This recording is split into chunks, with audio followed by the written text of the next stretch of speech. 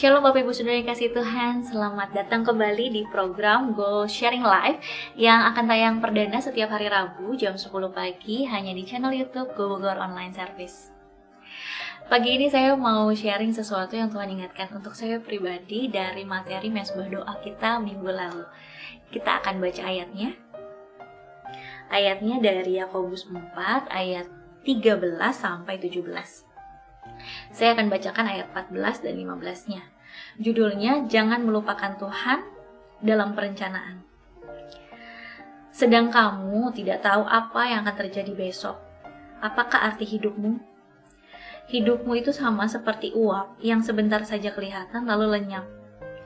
Sebenarnya kamu harus berkata, jika Tuhan menghendakinya, kami akan hidup dan berbuat ini dan itu. Saya teringat akhir tahun lalu Tuhan proses saya dengan hal ini. Kadang kita berpikir, kita bertindak seolah-olah kita percaya Tuhan, padahal enggak, saudara. Kita percaya diri kita sendiri, percaya pikiran kita, percaya pengalaman kita, bahkan justru malah percaya orang lain dan lebih percaya apa kata orang, tapi bertindak seolah-olah kita percaya sama Tuhan. Kapan sadarnya? Saat Tuhan akhirnya bawa kita dalam suatu situasi yang membuat kita nggak bisa apa-apa lagi selain kembali dan bergantung sama Tuhan. Akhir tahun lalu, saya melahirkan anak kedua saya dalam kondisi ternyata COVID. Ternyata positif COVID. Kenapa saya bilang ternyata? Karena saya tahu positif saat saya sudah kontraksi intens menjelang kelahiran. Namun di saat yang bersamaan hasil PCR swab baru saya terima dan menunjukkan hasil positif. Saat itu sekitar jam 1 pagi, jam 1 tengah malam. Singkat cerita, melahirkan di rumah sakit yang saya sudah rencanakan buyar seketika. Karena rumah sakit tersebut meminta maaf, tidak bisa menerima pasien COVID dikarenakan ruang isolasi di rumah sakit tersebut penuh. Saya disarankan segera mencari rumah sakit lain. Bayangin saudara, itu kondisi tengah malam dan saya sudah kontraksi. Jujur saat itu saya sempat tawar hati.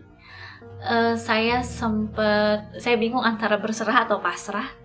Tapi di saat yang bersamaan saya mengerti bahwa Tuhan sedang mau ajar saya sesuatu. Jadi saat itu saya langsung bertobat dan minta tolong Tuhan. Tuhan please, bantu saya, tolong kami, tolong pimpin kami, saya dan suami. Singkat cerita 3 hal yang Tuhan ajarkan untuk saya saat itu.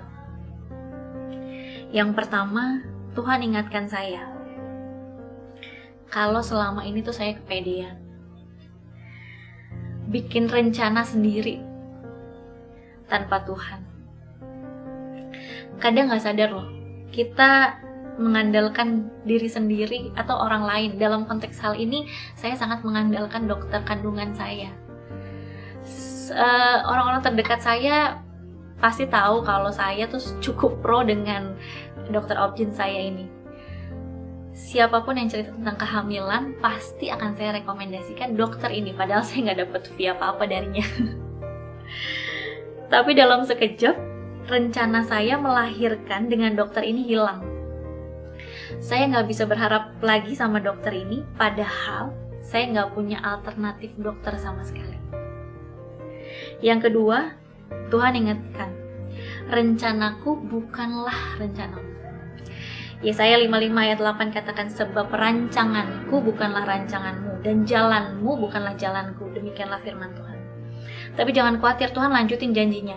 Di Yeremia 29 ayat 11 dikatakan, sebab aku ini mengetahui rancangan-rancangan apa yang ada padaku mengenai kamu, demikianlah firman Tuhan, yaitu rancangan damai sejahtera dan bukan rancangan kecelakaan, untuk memberikan kepadamu hari depan yang penuh harapan.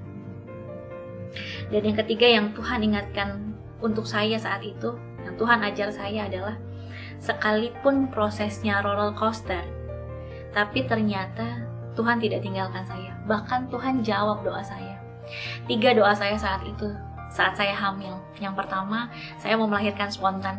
normal tanpa operasi. Yang kedua, saya mau melahirkan tanpa induksi. Yang ketiga, saya mau melahirkan dengan proses yang cepat. Karena pengalaman anak pertama saya melahirkan 3 hari saudara dengan proses induksi lebih dari 50 jam. Dan waktu itu sejak saya tahu bahwa saya ternyata positif COVID jam 1 pagi, dan kemudian saya diminta untuk segera mencari rumah sakit lain. Jadi saya dan suami sempat ke beberapa rumah sakit mencari rumah sakit tempat untuk saya bisa melahirkan. Sampai akhirnya saya bertemu dengan salah satu bidan yang mau membantu saya. Jam 6 pagi di hari yang sama anak saya lahir, dibantu oleh bidan, orang yang tidak pernah terfikirkan oleh saya sebelumnya, juga pun saya nggak pernah ketemu, dengan cara yang ajaib, cepat, dan saya yakin karena pertolongan Tuhan, anak kedua saya, Alvaro Emmanuel, lahir. Sesuai dengan namanya, Immanuel, Allah beserta dengan kita. So, kembali lagi saudara, jangan pernah lupakan Tuhan dalam perencanaan.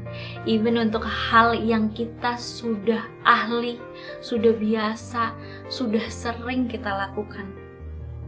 Amsal 3 ayat 5 katakan, percayalah kepada Tuhan dengan segenap hatimu dan jangan bersandar pada pengertianmu sendiri. Akuilah Dia dalam segala lakumu, maka Ia yang akan meluruskan jalanmu. Ingat saudara, jaga hati, pikiran, dan mulut kita. Demikian sharing saya hari ini. Saya berharap sharing ini bisa memberkati saudara. Dan sampai ketemu lagi di pertemuan Go Sharing Live selanjutnya. Tuhan Yesus memberkati.